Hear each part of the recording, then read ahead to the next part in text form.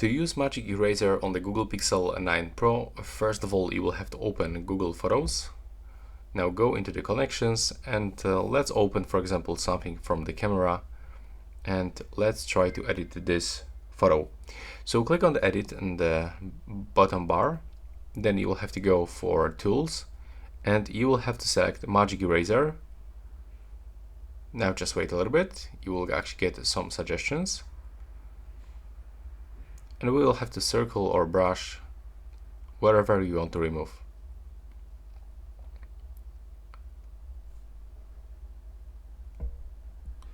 Okay, it actually takes a lot of time, but now we are here.